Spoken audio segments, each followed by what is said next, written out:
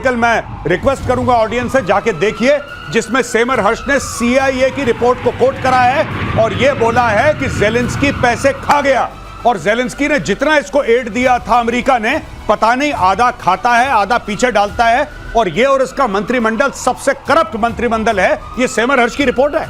ये कुछ भी नहीं वहां बचा है। वहां डेमोक्रेसी की बात करते हैं, सारे पेपर्स बंद हैं, सारी पार्टीज बंद कर दी गई हैं, सब बैन है, सिर्फ ज़ेलेंस्की ज़ेलेंस्की ज़ेलेंस्की। तो ज़ेलेंस्की न सिर्फ वहां करप्शन की प्रतिमूर्ति बनते जा रहे हैं, बल्कि अपने घर में वहां पे लोग कहने लगे अब इनको हटाओ। ईरान के फोर्डो एटमी प्लांट पर हलचल, अगली खबर देखिए। ईरान में फोर्डो पर अमेरिका ने बॉम्ब गिराया था, आपको याद होगा, मिडनाइट हैमर। 22 जून को अमेरिका ने प्लांट पर किया था हमला। सैटेलाइट इमेज में मूवमेंट का खुलासा हुआ है। पहाड़ी के नीचे बुलडोजर ट्रक वगैरह दिखे हैं, प्लांट के गेट पर निर्माण से जुड़ी मशीनें। जरा बिग वॉल पर दिखाइए इसको, और सर ये पिक्चर्स अगर आप लोग एक्सप्लेन कर पाए, ये सैटेलाइट इमेज जरा इसको पूरे में दिखाइए। ये मेरे को यहाँ ब्रेकिंग नहीं, यहाँ पर आप पिक्चर डालिए। ये देखिए, ये फोर्डो खैर पहचान में नहीं आ रहा है, ये फोर्डो जैसा लग रहा है लेकिन है फोर्डो। अब ये फोर्डो जो है इसमें सब तो फूटा पड़ा है। यहाँ ट्रक बुलडोजर पहुंचने का मतलब क्या है सर? यहाँ मुझे लगता है कि ये कोशिश ये कर रहे हैं क्या हम अंदर जा सकते हैं, लेकिन मुझे नहीं लगता ये अंदर जा सकते हैं। क्या हमारी इस वक्त वहाँ जो सिचुएशन होगी, ये समझिए न्यूक्लियर की फैक्ट्री है, तो फैक्ट्री में कुछ साबुत बचा है क्या? साबुत बचा नहीं होगा, जो हुआ है सब कुछ गिर गया है। ये यहाँ क्यों गया है, क्या ढूंढने के लिए गया है, इसको हमें ही ढूंढना पड़ेगा। ये तो ऐसा लग रहा है जैसे फॉसिल, किसी चट्टान में फॉसिल नहीं दिखाई देते, बिल्कुल फॉसिल की तरह दिखाई। फोर्डो तो लगी नहीं रहा है, ये फॉसिल जैसा लग रहा है। और इस फोर्डो जाने के लिए जो रूट है वो भी ऐसे चक्राकार है और नीचे जाता है, क्योंकि गड्ढे में है ये। मुझे वो याद आ रहा है कि जहाँ जला है जिस्म, दिल भी जल गया होगा, दिल भी जल गया होगा। देते हो अब राख जुस्तजू क्या है? अब यहाँ जुस्तजू चल क्या रही है, हो क्या रहा होगा सर मेजर गौरव? पता नहीं, मुझे ऐसा लगता है कि कुछ, वैसे ट्रम्प बता सकते हैं, ट्रम्प बताते हैं ना कि वहां ट्रक क्यों गए थे, मजदूर लेके गए थे, क्या गए थे, उनके पास ज्यादा खबर रहती है। हो सकता है वो 3 दिन बाद बताएं कि हाँ गए क्यों थे बुलडोजर। पर मुझे ऐसा लगता है कि जितना ट्रंप बोल रहा है कि सब खत्म हो गया है, देखिए अमेरिकन इंटेलिजेंस कम्युनिटी में इसके बीच में दरार है कि कितना डैमेज हुआ है, और कितना डैमेज हुआ है किसी को पता ही नहीं। पता नहीं ट्रंप क्यों दे रहा चंडू खाने की, कितना हो गया इतना हो गया, किसी को नहीं पता। भाई किसने जाके देख लिया वहां पे? सही बात। अगर ये बम गिरा होगा तो क्या बचा होगा, ये होगा के चक्कर में पूरा एनालिसिस हो रहा है। ये कमाल की बात है कि वहां जो खुफिया एजेंसी की प्रमुख हैं वो जो कहती हैं ट्रंप वो मानते नहीं है, और ट्रंप के पास बड़ी खुफिया खबरें होती है। कमाल की बात है। देखिए नेक्स्ट जनरेशन हथियार पर काम कर रहा है इजराइल। अगली खबर देखिए, सीक्रेट हथियारों का स्टॉक भी बढ़ा रहा है इजराइल। अब इजराइल ने अपना SWOT एनालिसिस कर लिया होगा, स्ट्रेंथ, वीकनेस, अपॉर्चुनिटी, थ्रेट, उसको समझ में आ गई होगी। Stand off weapon, iron beam, laser weapon, drone, गुप्त हथियारों ने ईरान में मचाया था कोहराम। अब असल में इसकी सबसे बड़ी फाइंडिंग क्या होगी इजराइल की, कि ये होना चाहिए मेरा आयरन डोम और मजबूत होना चाहिए। जी, एक तो ईरान एक काम करेगा कि ईरान ऑल्टरनेट निकालेगा बंकर बस्टर का। अच्छा, जैसे भारत ने निकाला और अमेरिका का मुंह ना देखना पड़े। जी जैसे आपने कल कवर करा था। अरे आपने कल बोला और आज वो खबर सब जगह है, और इसके लिए आपको बधाई। ये आपने कल ही बता दिया था कि अग्नि में नया एक्सपेरिमेंट हो रहा है जिसमें बंकर बस्टर के तौर पर, अच्छा ये भी है कि हमको कोई बॉम्बर नहीं चाहिए होगा, हम यहीं से उसको मारेंगे और वहां जाकर यही खास बात होगी। Air vice marshal PK Srivastava कहते हैं कि ये हम रॉकेटरी में सबसे अच्छे हैं चीजों को उछालने में, तो यहां से उछलेगा और उधर जाके, हाँ अपनी बात कही सर। जी, तो बेसिकली क्या था कि जैसे भारत ने करा 5000 किलोमीटर रेंज की अग्नि का आपने रेंज कर दिया 2500, और आपने उसमें 7.5 टन उसके अंदर हाई एक्सप्लोजिव डाला। ये भारत से उड़ेगा, जमीन के नीचे पाकिस्तान में जाएगा और वहां पे कर देगा हर हर महादेव। ये खबर क्या हम यहाँ डाल सकते हैं? ये खबर पूरे तौर पर एक बार दिखा दीजिए। इस खबर को यहाँ पहले डालिए और उसके बाद हम आगे चलेंगे। एयर मार्शल श्रीवास्तव कुछ कहना चाहते हैं, पहले ये खबर मैं दिखा दूं जरा अग्नि से रिलेटेड।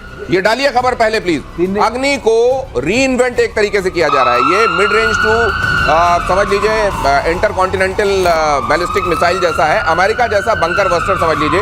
अग्नि 5 का 2 नया वर्जन डेवलप किया जा रहा है। 100 मीटर नीचे तक विध्वंस की क्षमता होगी इसमें, और ये खबर कल पहले ही प्रतिशोध में मेजर गौरव आर्य और एयर मार्शल श्रीवास्तव डिस्कस कर चुके हैं। सर आप प्लीज। मैं ये कह रहा हूँ कि इसने जो बताया वो तो बिल्कुल सही है, उसके आगे ये इसमें टर्मिनल गाइडेंस में टीवी लगा हुआ है।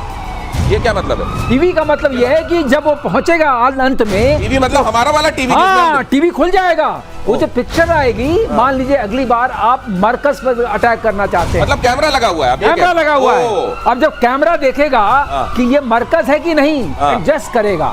ये मरकज वाला गुंबज है, देख अच्छा अच्छा अच्छा अच्छा अच्छा, ये AI वाला जैसा कुछ होगा, AI वाला पिक्चर पड़ी हुई है, आपने कहा इसी पर मारना है, लास्ट में वो खुल जाएगा कैमरा और देखेगा, मैच करेगा, जो है उसी पर मारेगा। ये अपने दर्शकों को समझा देता हूँ, जैसे आपने स्निफर डॉग देखा होगा ना, स्निफर डॉग को कुछ सुंघाया जाता है और वो महक कहाँ से आ रही है वहां दौड़ जाता है उस पर। तो उसी तरीके से इसको तस्वीर दिखा दी जाएगी, जाओ अब इसको नष्ट कर दो और वो हो जाएगा। मेजर गौरव आर्य, इसके लिए हमको बॉम्बर भी नहीं चाहिए, सबसे अच्छी बात तो ये कुछ नहीं चाहिए। और सबसे बड़ी बात मैं आपको दावे के साथ कह रहा हूं कि इजराइल यही काम कर रहा है। आज मैं आपको प्रिडिक्शन करके दे रहा हूं, इजराइल यही काम कर रहा है, क्योंकि इजराइल की सबसे बड़ी सीख, आपने पूछा क्या थी लड़ाई से, सबसे बड़ी ये सीख थी कि अमेरिका एक मूडी सुपर पावर है। अमेरिका का मन चाहा मिडनाइट हैमर करा, अगले दिन मूड करा सीज फायर। इजराइल का तो काम ही पूरा नहीं हुआ, इजराइल का काम पूरा नहीं हुआ। अब इजराइल यही काम करेगा जो भारत कर रहा है। इजराइल अपनी बैलिस्टिक मिसाइल्स को रिपर्पस करेगा कि वो नीचे जाएं जमीन के और 300 फुट जाके ईरान का काम तमाम करें, उनके न्यूक्लियर प्लेटफॉर्म्स का। अब दिनेश, ऐसा पाताल लोक में भी जगह नहीं बची। पहले पाताल लोक था ना, घुस जाते थे, नीचे नहीं मार पाओगे, अब वो खत्म मामला। 100 मीटर्स का मतलब 300 foot. 300 foot, my God, 7,500 kilogram बता रहे हैं ना, ये 3 गुना ज्यादा है GBU। आज आप लोग बता रहे हैं, मुझको गाने की लाइनें याद आ रही हैं। अभी वो शायरी याद आई थी, अब देखिए आ रहा है, अजी हमसे बचकर कहाँ जाइएगा, कहाँ जाइएगा, हमें पाइएगा। धरती के नीचे भी वायुसेना एयर लोरा मिसाइल, जिसको हम कहते हैं लॉन्ग रेंज आर्टिलरी मिसाइल, खरीद सकती है। Long range artillery missile Israel से खरीदी जाएगी। मिसाइल की डील संभव है। डीप स्ट्राइक करने के मिशन के लिए ये बहुत जरूरी होती है। अब ये क्या होता है, एयर मार्शल श्रीवास्तव आपको और अच्छे से समझाएंगे। ये देखिए आर्टिलरी क्या बोल रहे हैं, है मिसाइल। हमें खुद ही समझ में आ रहा है आर्टिलरी क्यों बोल रहे हैं। ये क्यों किया गया? उसका एक कारण है। अगर आप MTCR वाले नहीं हैं, MTCR मतलब मिसाइल टेक्नोलॉजी कंट्रोल रेजिम में आपने साइन नहीं किया है। अच्छा, तो आप बनाइए मिसाइल का ये आर्टिलरी अब मैं बेच सकता हूँ, सामान कुछ लेबल कुछ, तो ये इसके अंदर मारक क्षमता बहुत ज्यादा है। समझ लीजिए जैसे आप वो देखते हैं ना सोडा का विज्ञापन, सोडा वाला विज्ञापन एक्चुअली किसका विज्ञापन होता है आपको मालूम होता है। इसी तरीके से यहाँ नाम बदल गया है कि भाई हम तो बना ही नहीं रहे मिसाइल, हम तो आर्टिलरी बना रहे हैं। बहुत अच्छी बात है। 450 किलो है इसके अंदर। अच्छा, वो जो मारक वाली चीज, ये कहते हैं 400-500 किलोमीटर तक जाके मार देती। एयर टू एयर, अच्छा, एयर टू ग्राउंड जाएगी। अच्छा, ग्राउंड जाएगी, क्योंकि बहुत, मैंने आपको बताया था ना, इंटरसेप्टर मिसाइल जो जाती है इंटरसेप्ट करने के लिए, उसमें जरा एक्सप्लोजिव कम होता है। अच्छा, 10 किलो 20 किलो, और जो नीचे मारती है उसमें 400 किलो 500 किलो, 1000 किलो, जैसे ये वाली GBU। वो समझ लीजिए कि जैसे तीर से तीर टकराता है, जो नष्ट करता है ना इंटरसेप्टर वाली, वो उसमें बस इसको नष्ट करना हवा में, उसमें ज्यादा बारूद नहीं चाहिए। लेकिन जो नीचे गिरेगी जमीन पर, बड़ा डिस्ट्रक्शन करना, वहाँ बारूद ज्यादा चाहिए। इसके अंदर 450 है। तो खुद ही समझ नहीं आ रहा इसका नाम आर्टिलरी रखे। फिर मैंने जानने की कोशिश की, तो MTCR समझ में आया। उसके चक्कर में लेवल कुछ आपने सही समझा दिया। मिसाइल टेक्नोलॉजी कंट्रोल रिजीम जिसने साइन किया है वो लोग बना सकते हैं, जो नहीं साइन किया हुआ है वो बनाए मिसाइल, आर्टिलरी नाम से बेचे। ये इसका सरलीकरण हो गया। ब्रह्मोस 2 बहुत ताकतवर बनाने की तैयारी में भारत तक की खबर। रूस की हाइपरसोनिक तकनीक से हो सकता है लैस 3 M22 जिरकॉन मिसाइल वाली टेक्नोलॉजी लग सकती है इसमें। ब्रह्मोस 2 की गति और क्षमता होगी बढ़ोतरी। भारत रूस मिलकर बना रहे हैं क्रूज मिसाइल ब्रह्मोस 2। अब ये क्या है मेजर गौरव, ये तो मैं एयर मार्शल श्रीवास्तव से जानूंगा, लेकिन अब ये जिरकॉन वाला जो दहशत है वो इसमें हुआ करेगी जी। तो अभी ब्रह्मोस का ये चक्कर है कि जो ब्रह्मोस एरोस्पेस कंपनी है वो कह रही है कि एक इसकी मारक क्षमता और होनी चाहिए। अच्छा, यानी कि अगर 300 किलोमीटर तक मार रही है तो 800-900 तक मारेगी। दूसरी चीज ये हल्की होनी चाहिए। तीसरी चीज इसकी गति जो है, अभी जो 3 टाइम्स स्पीड ऑफ साउंड है वो 7 टाइम्स 8 टाइम्स स्पीड, यानी कि ये मिसाइल बिल्कुल शेषनाग, आप समझ लीजिए। एक बार गया तो गया। अच्छा, nobody has any answer। देखिए ना, मैंने वही बात बोली थी, जब पाकिस्तान को पता था कि ब्रह्मोस फायर है, ऐसी बात नहीं कि पाकिस्तान को पता नहीं लगा, पर पता लगने के बाद वो ऐसे देख रहे थे जैसे आप लोग हमारा प्रोग्राम प्रतिशोध देख रहे हैं। देख रहे थे बस पाकिस्तान ये आ रहा है, अच्छा आ गया, वेरी गुड, ये चक्कर है। तो पाकिस्तान देख रहा था, अब पाकिस्तान और तेजी से देखेगा। लेकिन ये जो बनेगा खतरनाक, और ब्रह्मोस को 4 सुखोई के ऊपर टंगेंगे। अभी एक टंगता है 1 सिंगल, अब ये 4 टंगेंगे सुखोई के नीचे और फिर इससे मारा जाएगा। एक चीज और बता दें, बहुत जानने वाली थी, आखिरकार हम इंडिजिनस कैसे बनाएंगे। हम पहले ये रैम जेट, एक बार हमने कहा था राम, रैम है, रैम ये और स्क्रैम, स्क्रैम, ये सुपर कंबस्टिव रैम है। उसका रैम का फायदा ये होता है कि इंजन के तो कोई वो नहीं है, टर्बाइंस वगैरह नहीं है, तो हल्का होता है। ये हाइपरसोनिक स्पीड देता है, ये हमारी अपनी क्षमता है डीआरडीओ की। अब ये मार पड़ेगी, पहले से ज्यादा पड़ेगी और पहले से तेजी से पड़ेगी, ये समझ लीजिए। और दुनिया में हाइपरसोनिक मिसाइल बनाने की होड़ चल रही है। चीन बना रहा है PL-17 और PL-21 air to air missile.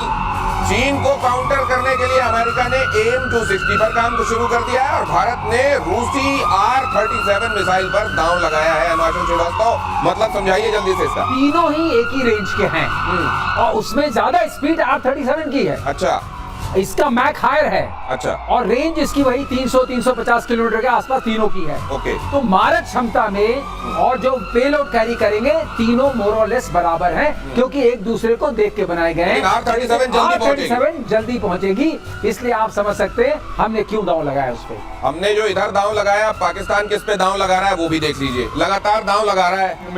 ये मिसाइल का वंदे भारत है ये। अच्छा, ये वाला मिसाइल का वंदे भारत जल्दी पहुंचेगा। बिल्कुल समय से 2 मिनट पहले। अब जरा अगली खबर देख लीजिए। दांव लगाने की बात हो रही है, भारत रशियन मिसाइल पर दांव R-37 पर लगा रहा है।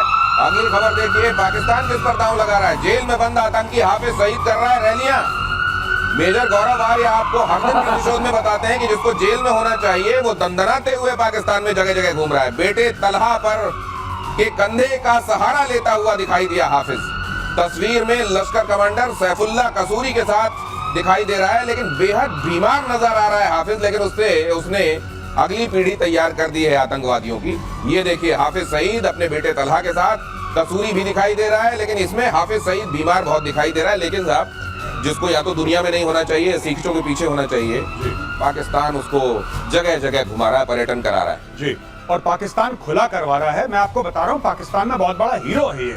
कई भारतवासी इस मामले से बड़े कंफ्यूज हैं कि साहब वो तो आतंकवादी है, पाकिस्तान उसको क्यों हीरो। ओ भाई, हीरो है उनके लिए हीरो है, उनके लिए बहुत बड़ा आदमी है। उनके लिए ऐसा है कि आसमान से कोई फरिश्ता उतर के आया है।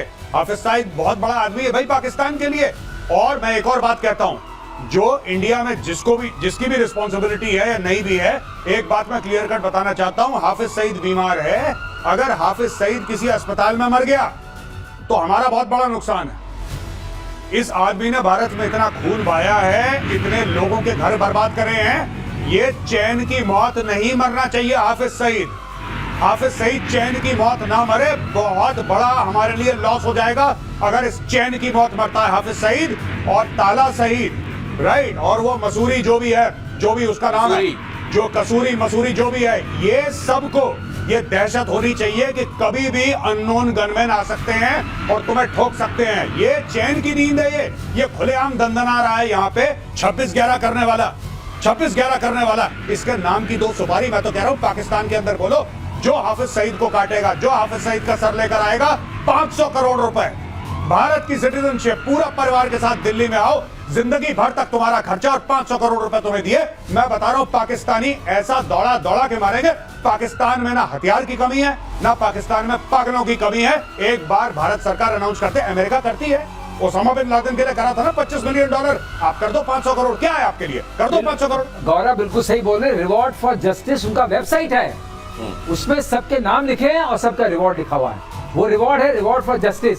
मगर मैं गौरव, जो आपने कहा उसको मैं सरलीकरण करूं। अब मैं सरलीकरण करता हूं कि नया दूल्हा तैयार हुआ है, बाजा बजाने का टाइम आ गया है। ये नया दूल्हा, जो ये दूल्हा बहुत पुराना है। नहीं, और नहीं, दूल्हे को बीच में ताला नहीं, लेकिन इसको बीच में जेल दिखाने भी ले जाते हैं। क्या ये सही साहब, दुनिया भर में कहा हुआ हमने, तो आइए आज जरा जेल भी टहल लीजिए, थोड़ा वहां की कुछ पिक्चर्स भी हम बाहर कर देंगे।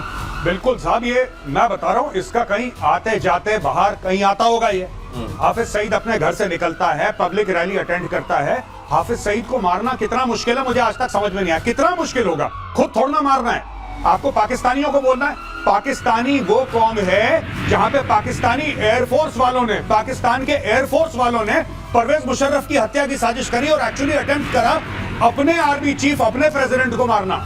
ये पाकिस्तानी एयरफोर्स के कारनामे है भाई। क्या बात कर, पाकिस्तान में हर चीज पॉसिबल है। आपको पता है, कुछ समय पहले, आज से 7-8 साल पहले, जब इनका बहुत बड़ा एक ऑपरेशन चला था पाकिस्तान में, तब ये डिस्कवर हुआ था पाकिस्तान के अंदर कि एक सुसाइड बॉम्बिंग का स्कूल खोला है पाकिस्तानियों ने, और वहां पे सुसाइड बॉम्बर किराए पे मिलते हैं।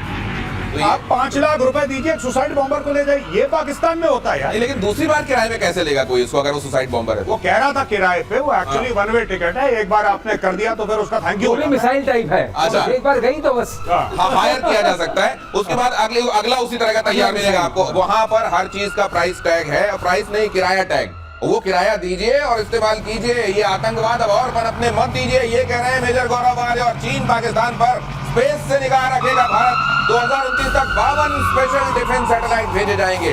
आर्टिफिशियल इंटेलिजेंस बेस्ड होंगे सैटेलाइट। अंतरिक्ष में भारत की आंख बनेंगे ये सैटेलाइट।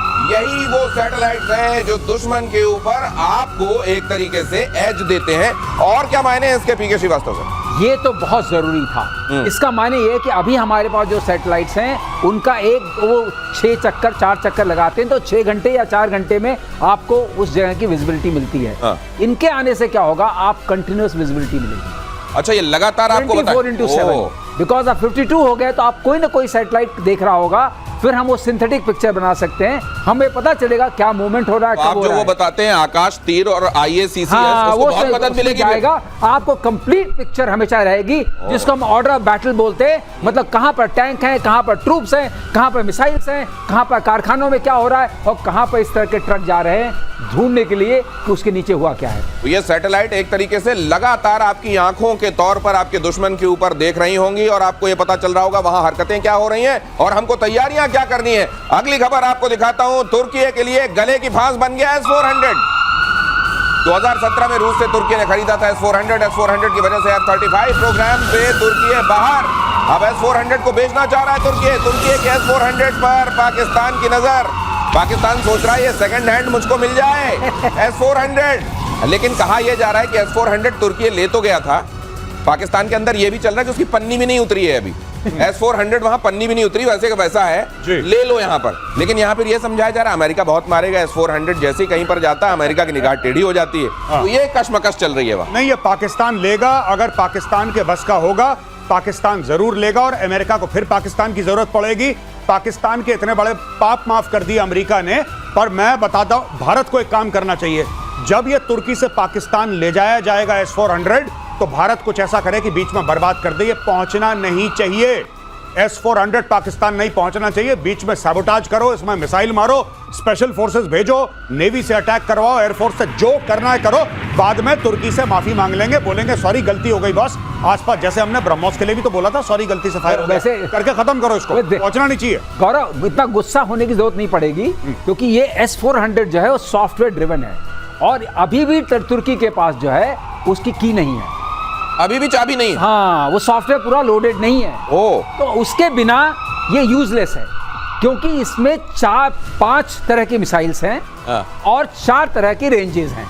तो वो मिसाइल का चयन जो होता है और जो ट्रैक दिखता है, जिसको सर्च करना है, जिसको डिटेक्ट करना है और जिसको ट्रैक करना है, वो सॉफ्टवेयर करता है। ये फिर ले क्यों गए थे? ये ले गए थे, लेकिन अब कशमकश हो गई। नहीं, ये कहते हैं कि उन्होंने पन्नी भी नहीं उतारी है, कोई प्रैक्टिस भी नहीं हुई इससे। वो रशिया ने इनको कह दिया, बहुत पहले भी कहा था अगर तुमने इसको कहीं हटाया, ये उनका एंड यूजर एग्रीमेंट है। अच्छा, तो ये फिर कुछ नहीं चलेगा। तो मतलब तुमको देना है तो दे दो पाकिस्तान को, लेकिन पन्नी बेच दो पाकिस्तान को। पन्नी बेच दो, तिरपाल के बाद पन्नी भी काम आएगी। तो इसलिए टेक्नोलॉजी हम नहीं डर रहे हैं जब तक रशिया साथ है। और रशिया कैसे दे देगा, क्योंकि वो वहां चला गया और आपने इसी को खोल करके रिवर्स इंजीनियर कर लिया। और ऐसे पाकिस्तान जैसे को जो इधर का भी नहीं, उधर का भी नहीं, उधर नेटो में मुलाकात हुई थी टर्की के प्रेसिडेंट से, तो अमेरिका से उसने कहा था कि मुझको आपके कुछ 35 चाहिए। अमेरिका क्यों देगा 35? यहाँ से S-400 लेके बैठे हो। वही तो, वो तो बड़ा ये बस। तो फिर इसीलिए हुआ होगा क्या कि पाकिस्तान को टिका देते हैं सेकंड हैंड, और ये टिका देते हैं, बाद में नहीं चलेगा, कहेंगे हमारा क्या है, हमारा क्या है, हमको तो देने के लिए मना किया था। हमें बस पन्नी दे दो हबीबी, बस पन्नी दे दो और कुछ नहीं, छोटा सा हम अफोर्ड नहीं कर सकते। ऐसा HQ-9 भी नहीं चला, ये भी नहीं चला, तो क्या बात है? जब खास बात नहीं है। सही बात है, बहुत सारे हथियार तो वहां सिर्फ दिखाने के लिए और बताने के लिए होते हैं। और इधर तुर्की और सीरियाई सेना ने राष्ट्रपति अहमद अल शरा की हत्या की साजिश को नाकाम कर दिया। अगली खबर देखिए, उनकी हत्या की साजिश सीरिया में चल रही थी। यहां पर सीरिया में सक्रिय आईएसआईएस ने उनकी हत्या की साजिश की थी। अहमद अल शरा पहले अलकायदा और इस्लामिक स्टेट के सहयोगी समूह के नेता थे, लेकिन बाद में उन्होंने बशर अल असद की सत्ता के खिलाफ विद्रोह का नेतृत्व किया। लेबनानी आउटलेट एलबीसीआई की रिपोर्ट के मुताबिक सीरियाई सेना और तुर्की खुफिया एजेंसियों ने सीरियाई राष्ट्रपति अहमद अल शरा की हत्या के प्रयास को, इसमें कुल मिलाकर हमारे भारत के ऑडियंस को समझने वाली एक बात है कि अगर आप ये सोचते हैं कि मुस्लिम वर्ल्ड आपस में एकजुट है तो यह खबर उसकी सच्चाई बताने वाली। गौरव बताएंगे। सबसे बड़ी बात यह है कि ये क्यों हुआ है, क्योंकि 72 घंटे पहले डोनाल्ड ट्रंप ने बोला कि सीरिया के ऊपर से मैं सारे सैंक्शन हटा रहा हूं। उन्होंने साइन कर दिया, वहां पे इस्लामिक स्टेट एक्टिव हो गया, पहली बात। दूसरी चीज ये है कि सीरिया बहुत इंपॉर्टेंट है। क्योंकि जितने भी हथियार हिजबुल्लाह और हमास के लिए आते थे सीरिया के थ्रू आते थे। और नंबर 3, सीरिया के बाद क्या है भाइयों? इराक के बाद क्या है? अभी भी ईरान। अगर आप ज्योग्राफी देखें आपको सब समझ में आ जाएगा। It's very simple. तो इसका मायना क्या है वो भी आप समझ रहे हैं। इशारों में बहुत कुछ और एक्सप्लिसिटली बहुत कुछ। पुराने दुश्मनों से रिश्ते सुधारने में जुटा हुआ है इजराइल। सीरिया और लेबनान के साथ रिश्ते सामान्य करने की पहल। इजरायली विदेश मंत्री गिदोन सार ने कहा दोनों देशों से औपचारिक राजनयिक रिश्ता कायम हो।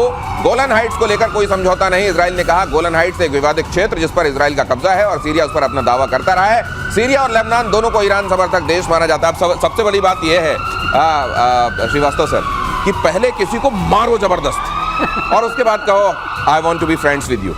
और जिसको पड़ी होती है, मुझको लगता है इनको ये समझ में आ गया है कि इजराइल जो है मारता बहुत है। लेबनान को तो समझ में आ ही गया है सीरिया बहुत मारता ये अब जब हाथ बढ़ाए तो हो सकता है थामा जाएगा। We are friends. सीरिया ने इजराइल ने क्या किया था? जैसे ही सत्ता पलटी, जैसे ही सत्ता पलटी, अगर इसको भी आप समझा सकें जिसका भी जैसा आपने बताया, उन्होंने गोलन हाइट्स जा चुका हूं। अच्छा, कई बार। ओके। तो जैसे सत्ता पलटी उन्होंने आसपास पूरा कब्जा कर लिया। अच्छा, सारा हटा दिया, सारा नेस्तनाबूद कर दिया। ये साइड तो सीरिया में before he could become president जो सीरियन रेबल्स से, और लेबनान में उधर का मामला पर क्लोज कीजिए। तो मैं ये जानना चाह रहा हूं सर, ये बात का हिस्सा उन्होंने साफ कर रखा है। अच्छा। और यहाँ का हिस्सा भी साफ कर रखा है। ओके। अब कहाँ हाथ में ला लो, क्योंकि उन्होंने अपनी बफर क्रिएट कर ली है।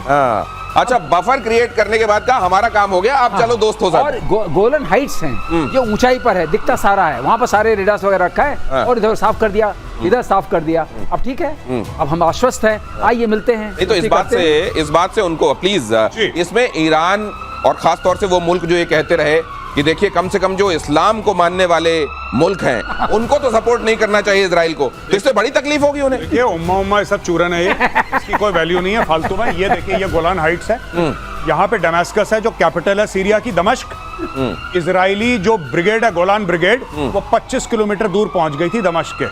25 किलोमीटर दूर पहुंच गई, सामने दिख रहा है उसको दूरबीन से दमिश्क। अहमद अल शरा जो कि इस्लामिक स्टेट, जो कि अलकायदा का एफिलिएट, जो कि फलाना, जो कि धमाका, जो अभी प्रेसिडेंट है, उसने एक पिस्तौल की गोली नहीं चलाई इजराइल की ओर। इतना ज्यादा कंट्रोल है। और ये जो यहाँ पे इलाका है गोलान हाइट्स का, यहाँ पे यूनाइटेड नेशंस की फोर्सेस हैं। अच्छा। आज की तारीख में, और उसमें इंडियन आर्मी का भी कंटिजेंट है गोलान हाइट्स में। मैं आपको इसलिए बता रहा हूँ, ये नीचे पहुंच गए बिल्कुल, और 25 किलोमीटर दूर पहुंच गए थे कि सामने दमिश्क दिख रहा है और यहाँ पे बैठे हैं। और अहमद अल शरा ने इजरायली, और जब उससे पूछा कि इजराइल आपका दुश्मन है, इजराइल तो आलम इस्लाम का दुश्मन है, तो उसने बोला नहीं, इजराइल दुश्मन नहीं है, दुश्मन हिजबुल्लाह है।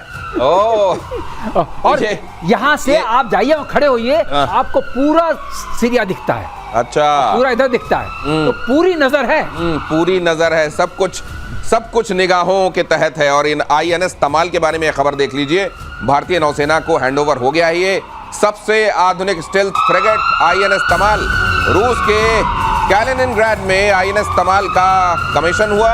तमाल रूस से मिला हुआ 8वां और तुशील क्लास का दूसरा युद्धपोत। इसके आने के मायने क्या है मेजर गौरव? देखिए साहब, फ्रिगेट है, भारत जिस तरीके से अपना फ्लीट डेवलप कर रहा है, मैं आपको एक और बात बता दूं, सब लोग ये सोच रहे हैं कि साहब ये रशिया से आ रहा है फलाना डिम, नहीं, अभी भी 95% जो शिप्स बन रहे हैं वो भारत में बन रहे हैं, सबसे पहले बात। लेकिन भारत को जिस तरीके से अपनी नेवी एक्सपैंड करनी है, भारत की खरीदना बाहर से एक मजबूरी है।